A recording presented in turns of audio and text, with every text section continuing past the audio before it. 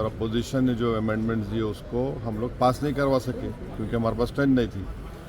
सच्चाई ये है कि पहले तो आप ये जानिए कि वक्फ बोर्ड जो है वो मुसलमानों के उन प्रॉपर्टीज़ के लिए है जिसको हमारे बुज़ुर्गों ने दान दिया था, अपनी प्रॉपर्टी को दान दिया अल्लाह के नाम पर। उसमें मेंबर आप बना रहे हैं नॉन मुस्लिम को नंबर 1, और उसमें नॉमिनेट करेंगे, इलेक्शन नहीं होगा अभी स्टेट वक्फ बोर्ड में।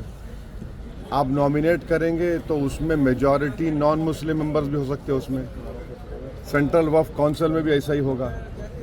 दूसरी बात यह है कि limitation act Hindu endowment board पर, सिख के गुरुद्वारा के ऊपर, क्रिश्चियंस पर अप्लाई नहीं होता, तो वक्फ बोर्ड पर क्यों लिमिटेशन एक्ट अप्लाई करने जा रही है सरकार?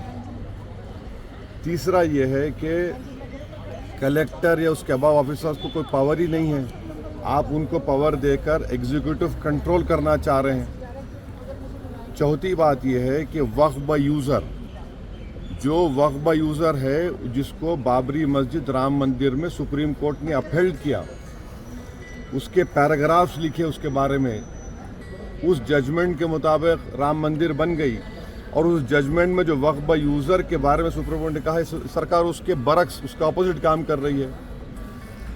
ऐसे कई अमेंडमेंट जो सरकार पेश की और फिर इस JWC में उसको बीजेपी के और उनके अलाइज ने पास किया, उससे वक्फ बोर्ड ख़त्म होकर रह जाएगा। ऑन पैरिटी जब हिंदू एंडोमेंट बोर्ड्स में नॉन हिंदू नहीं बन सकता तो नॉन मुस्लिम कैसे बनेगा? यहाँ पर सिर्फ गुरुद्वारा प्रबंधक कमेटी में सिख ही बन सकता है। आप यहाँ पर क्यों बनाना चाह रहे? और एंक्रोचर्स को आप रिवॉर्ड कर रहे हैं लिमिटेशन एक्ट अप्लाई करके। ट्राइब्यूनल में आप क्या करने जा रहे हैं? तो ये तमाम चीज़ें, उससे एक ही मकसद है कि जितनी वक्फ प्रॉपर्टीज़ है सरकार उसको छीनना चाह रही है, जिसमें मस्जिद भी है, दरगाह भी है, खानखा भी है, कब्रस्तान भी है।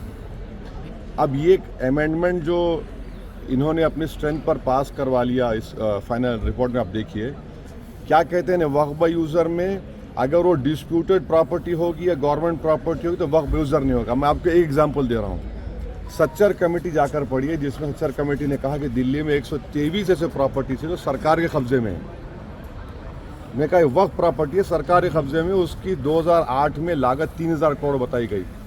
पार्लियामेंट के सामने की मस्जिद को गवर्नमेंट बोलती गवर्नमेंट की है, सामने है ना पार्लियामेंट सामने की, वहाँ के इमाम साहब MP हैं, उसका कोर्ट में केस चल रहा है, तो सरकार बोली हमारी प्रॉपर्टी हो गई।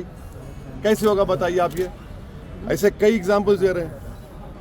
आप इवैक्यू प्रॉपर्टी ख़त्म कर रहे हैं, इवैक्यू प्रॉपर्टी अलग है, इवैक्यू बाय वक्फ अलग है। पंजाब में हज़ारों एकड़ इवैक्यू प्रॉपर्टी जिससे रेवेन्यू आता है उसको ख़त्म कर रहे हैं आप, तो उससे फ़ायदा किसको हो रहा है?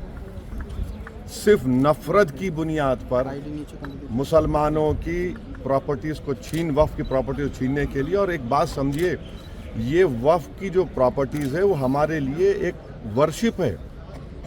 नमाज हम पढ़ते हैं मगर ये भी हमारा एक वर्शिप है, उसको हमको उससे महरूम करना चाह रहे हैं, ये हम इस कह रहे हैं। तो इनका मंशा और मकसद तो वो एक ही है ना, वक्फ प्रॉपर्टीज़ बचाना नहीं है, छीनना है।